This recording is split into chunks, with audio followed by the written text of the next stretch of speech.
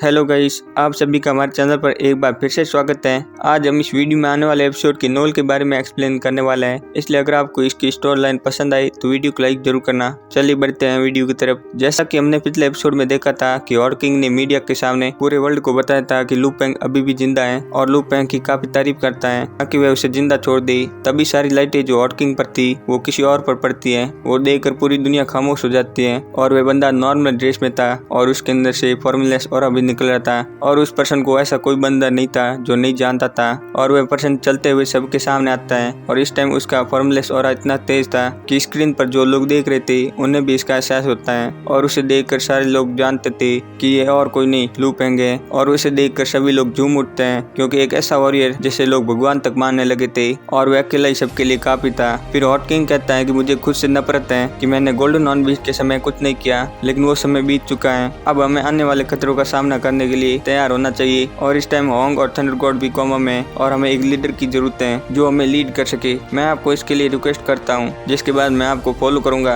अब ये सब बोलकर ऑड किंग पूरी दुनिया के सामने ये दिखाना चाहता है कि वह लू पेंग की कितनी इज्जत करता है और साथ ही वह लू पेंग का दिल भी जीत सके ताकि वह उसे ना मारे। अब लू पेंग ऑड किंग की तरफ देखता है और वह बता कहती है कि ये ऑड किंग तो बहुत ही चालाक है और उसने भागने की बजाय सभी लोगों के सामने लू पेंग को कर दिया और वह अगर इस समय भागता तो मैं इसे ट्रेस कर लेती क्योंकि वह इतना फास्ट नहीं था। लेकिन इसने यहाँ पर एक सीन बना दिया ना कि उसे बिलियंस ऑफ पीपल्स देख रहे थे, इसलिए लू पेंग इस समय कुछ नहीं करेगा। जिसके बाद ऑड किंग वहाँ पर एक बैरियर बना देता है जैसे कि बाहर के लोगों को इनकी बातों का पता न चले। जिसके बाद ऑड किंग कहता है कि मैं मानता हूँ कि मैं लालची हो गया था जिसकी वजह से मैंने कई गलतियां कर दी, इसलिए मैं इनके लिए माफी मांगता हूँ और आगे से ऐसी कोई गलती नहीं करूंगा, बस आपको ही फॉलो करूंगा। अब यहाँ पर ऑड किंग काफी ज्यादा खौफ में होता है और उसके सर से पसीना साफ दिख रहा था। लेकिन ऑड किंग ये भी जानता था कि लू पेंग को पूरी दुनिया देख रही है, इसलिए वह इनके सामने अपनी इमेज खराब नहीं करेगा। लेकिन अगर इसने मुझ पर अटैक किया तो लोगों का भरोसा लू पेंग से उठ जाएगा। इसके बाद लू पेंग ऑड किंग का नाम लेता है जिसे सुन ऑड किंग अपना सर झुकाता है, लेकिन तभी एक नाइफ लाइट की स्पीड से निकलता है और वह ऑड किंग के ब्लैक आर्मर को चीरते हुए सर के आर पार हो जाता है और उसकी सोल और कॉन्शियसनेस को डिस्ट्रॉय कर देता है और नाइफ लू पेंग के पास वापस आ जाता है। अब ये अटैक इतना तेज था कि कोई भी नॉर्मल बंदा इसे देख नहीं पाता। वहीं ऑड किंग को यकीन नहीं होता कि लू पेंग ने सबके सामने उसे मार दिया और उसकी बॉडी जमीन पर गिरती है जिसकी वजह से चारों तरफ खून फैल जाता है। अब लोगों को कुछ भी समझ नहीं आता कि अभी यहाँ पर क्या हुआ। जिसके बाद वो फोटोज को बहुत ही ज्यादा स्लो गति में देखते हैं जिसमें उन्हें पता चलता है कि लू पेंग ने ऑड किंग को मार दिया। जिसके बाद सभी लोग लू पेंग से पूछते हैं कि आपने चेयरमैन ऑड किंग को क्यों मारा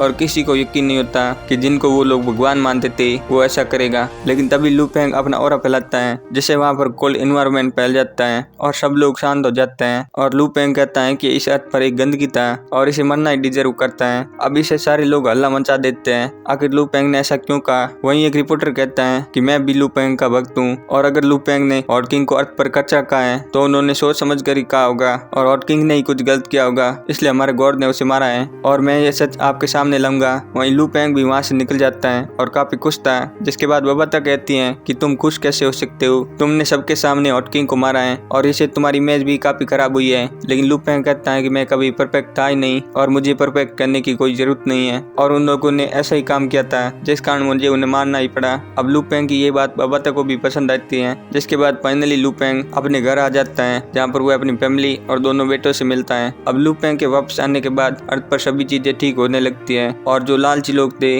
वो पीछे हट गए थे क्योंकि लू पेंग के रहते हुए वो कुछ भी गलत नहीं कर सकते थे। इसके बाद हमें लू पेंग को दिखाया जाता है जहाँ पर वो पांचों हीरोज को रेस्पेक्ट देता है और होंग और थंडर गॉड से भी मिलने जाता है जहाँ पर वे अभी भी कोमा में थे। और फिर ऐसे ही टाइम पास होता है और हमें ईयर 2061 सर्दियों का समय दिखाया जाता है जहाँ पर लू पेंग अपने बच्चों के पास होता है। तभी बबता आवाज देती है। इस पर लू पेंग कहता है कि क्या हुआ, जिस पर बबता कहती है कि ब्लैक ड्रैगन शिप तैयार हो गई है जिससे तुम स्पेस में ट्रेवल कर सकते हो और यूनिवर्स में जाने के लिए इसमें कुछ टाइम लगेगा और उसकी मैक्सिमम स्पीड 1 लाख किलोमीटर पर सेकंड है जिससे लू पेंग चंद्रमा पर आसानी से जा सकता है जहाँ पर वे गोल्डन ऑनविच के लिए मेटल को कलेक्ट कर सकते हैं। जिस पर लू पेंग कहता है कि कल सुबह हम मार्स के लिए निकल जाएंगे और उन्हें मार्स पर पहुंचने में 1 घंटे का समय लगेगा। और फिर अगली सुबह पत्नी और बच्चों को बाय करके लू पेंग वहाँ से निकल जाता है और अभी के टाइम उसकी स्पीड 8 किलोमीटर पर सेकंड थी और पलक झपकते ही वो ऊपर आसमान में पहुंच जाता है जहाँ पर बबता ब्लैक ड्रैगन शिप बाहर निकालती है जो 100 मीटर बड़ी थी और फिर लू पेंग शिप के अंदर जाता है। वहीं बबता उसे कंट्रोल कर रही थी। जिसके बाद वो स्पेस जर्नी के लिए निकल जाता है। फिर बबता लू पेंग से कहती है कि क्या वो सैनिक सिमुलेटर को ऑन कर दे। तब लू पेंग इसके बारे में पूछता है कि ये क्या है, जिस पर वो बता कहती है कि जब हम कहीं ट्रेवल करते हैं तो हम बाहर का नजारा नहीं देख पाते, लेकिन सैनिक सिमुलेटर की वजह से हम बाहर के नजारे को भी देख सकते हैं। जिस पर लू फेंग कहता है कि तो फिर तुम इसे ऑन कर दो। अब दोस्तों, लू फेंग की स्पेस जर्नी कैसी रहती है वो हमें अगले एपिसोड में पता चलेगा, इसलिए चैनल पर बने रहिए और नेक्स्ट एपिसोड के लिए कमेंट भी कर दीजिए।